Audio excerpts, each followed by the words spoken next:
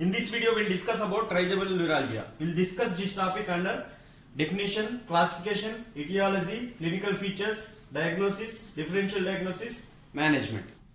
So, by definition, it is the sudden and severe shock-like pain occurring usually unilaterally in the area supplied by the trigeminal nerve.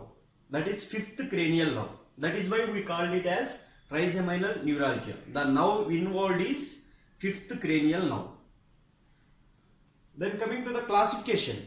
This is basically divided into type 1 and type 2 trigeminal neuralgias. Type 1 is also called as idiopathic, primary, typical or classical, right?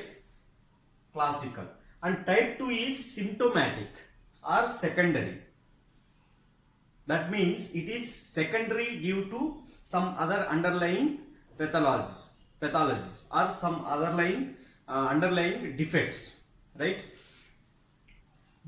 This is the classification, and then coming to the etiology. The basic etiological factor in TN1 is the neurovascular compression. Most important thing. Under etiology, you must write this point, neurovascular compression, right? Generally, what happens, this black color it is the trigeminal nerve at the pons, that is root entry zone at the pons. So there is superior cerebellar artery in close proximity to the nerve, but due to the atherosclerosis or due to some unknown reasons, this superior cerebellar artery compress on the trigeminal nerve, leading to a groove formation. You can see here, this is the compressed trigeminal nerve leading to a groove formation. So when there is chronic compression, like in this case, what happens, there is demyelination of nerve fibers, leading to the hyperexcitability of nerve fibers. Hyperexcitability, that means they become excitable, or they become firing occurs to a non or innocuous stimuli. That means the stimuli doesn't normally provoke a painful stimulus like touching the face. They don't provoke a painful stimulus, but in cases of hyperexcitability of nerve fibers, this type of non-painful stimulus also produce pain. So that is the basis for trigeminal neuralgia, demyelination. So this neurovascular compression, most commonly the artery involved is superior cerebellar artery.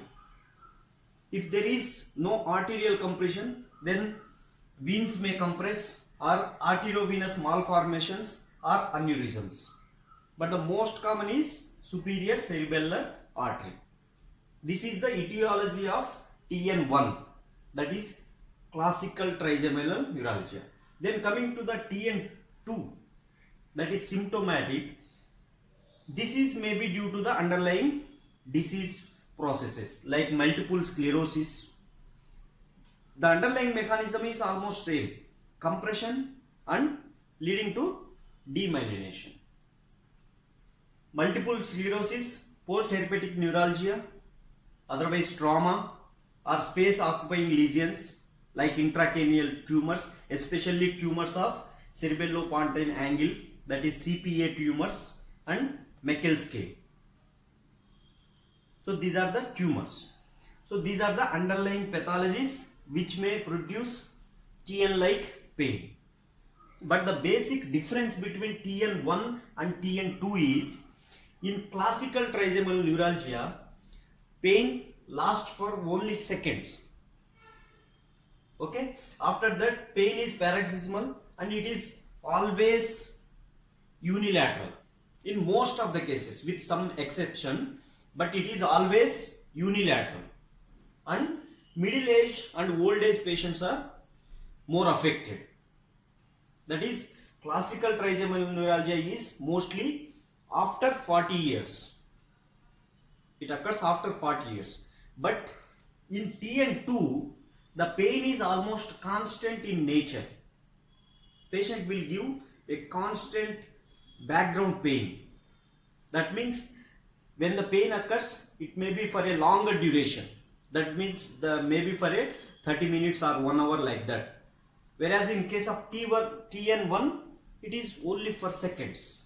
And then usually bilateral and younger individuals. These are most important point in the differential diagnosis cases. Okay, in TN2 generally it is bilateral, or more often it is bilateral, and it affects younger individuals. These are the differentiating points between TN1 and TN2. Now we will discuss about clinical features. In clinical features, women is most affected, and right side is also more affected than the left side, because foramen rotundum and foramen ovale is smaller on right side, and middle and old age patients, right? And V3 more than V2 more than V1. That means mandibular branch is most affected.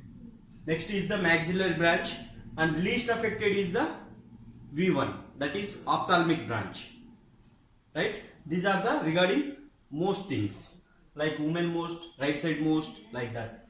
Then coming in the clinical features, there are two main important things. First one is you have to write about pain characteristics. This is the most important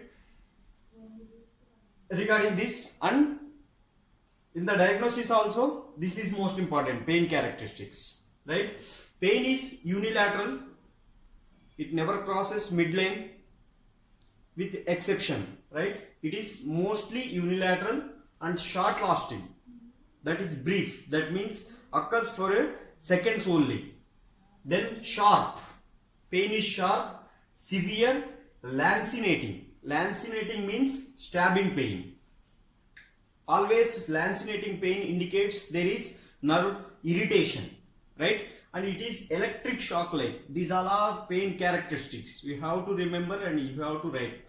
Under clinical features, the only important thing is pain characteristics and trigger zones. That's all. Then pain is paroxysmal. That means sudden attack, sudden and severe attacks. Paroxysmal and superficial, not radiating. That means it occurs if the mandibular division is involved, then it occurs in the area supplied by mandibular division only. It doesn't radiate to any other parts. Then episodic, that is intermittent. It is not a continuous type. When attack occurs, it will be for a brief period. After that, patient is usually asymptomatic, without any signs or without any dull aching pain like that, or without any paresthesia. Then stereotyped for a individual patient. That means in each patient there are specific location, that is specific trigger zones and specific time occurring and severity, right? In some patient it may be the nasolabial fold, or in some other patients it may be chewing, like that. That means the trigger zones and area and location of pain is specific to each patient, right? That is consistent, that means consistent, and it is recurrent. Pain is recurrent. And after that, attacks does not occur at night or sleep. This is most important. Generally patient doesn't give a history of waking from sleep due to the pain, right? Then coming to the trigger zones, this pain is precipitated by touching trigger zones. Touching the trigger zones will elicit pain, right? Most common trigger zone in most of the patient is nasolabial fold. This is most important, nasolabial fold, or beside the mouth and gums, and chewing, speaking or smiling, like activities, functional activities. Because of fear of pain, he avoids all these activities. So in some cases without any expression, that is frozen face or mask like face. Because of fear, he avoids eating, speaking also. In those cases you can see the weight loss and poor oral hygiene, decayed tooth, like that. And bright light sound also precipitates. These are the trigger zones. These trigger zones depends on which nerve is involved. That means if the mandibular branch is involved, then the trigger zone is different. Okay, and if the maxillary branch is involved, then the trigger zone is different, like that. Then no neurological deficit. This is also most important. Then no neurological deficit. Then that means there is no sensory deficit, paresthesia, like that. In between the attacks, patient is absolutely asymptomatic. These are about clinical features: pain characteristics, trigger zones, and no neurological deficit. Only 3 points, that's all. Then coming to the diagnosis, the most important thing in diagnosis is nothing but history. That means what the clinical features we have seen till now. The main thing is CT history, then the CT and MRI. It will show any neurovascular compression or any other underlying diseases. Okay, CT or MRI, and carbamazepine response test. That means from the history you are suspecting that patient is suffering from the trigeminal neuralgia, then you have to prescribe him carbamazepine. So response to carbamazepine is universal. That means if it is trigeminal neuralgia, then you will definitely get the response by giving carbamazepine. That means complete remission of pain. Otherwise something, at least something. That means pain will become less severe or attacks may become less. So there is some response to carbamazepine. That is most important. If there is no response at all, that means no relief of pain or the attacks may not come less, then in those cases you have to reconsider the diagnosis. That means it may not be the trigeminal neuralgia if there is no response to carbamazepine test. That means you have to give 200 mg or initial dose 100 mg per twice a day for at least 5 days. After 5 days you have to evaluate again. There should be some response, then only it will be considered as trigeminal neuralgia. And after that, diagnostic nerve blocks. Diagnostic nerve blocks are nothing but giving LA injections when there is attack or when the patient is feeling pain. When the patient feel pain, then you have to give the nerve blocks, that is local anesthetic. Start from the most terminal branches, most peripheral branches.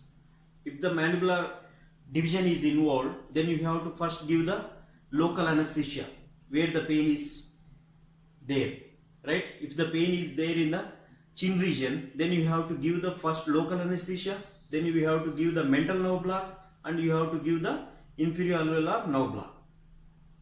If giving after giving local anesthesia, the patient the pain subsides, then there is no need to further progress.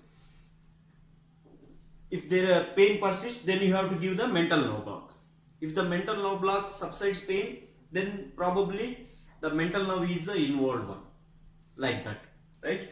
Diagnostic nerve blocks. So this is all about diagnosis. There are 4 important things. Most important one is the history and carbamazepine response test. One thing I forgot to tell is other names. It is also called as Fothergill's disease because Fothergill's who first described the trigeminal neuralgia in detail.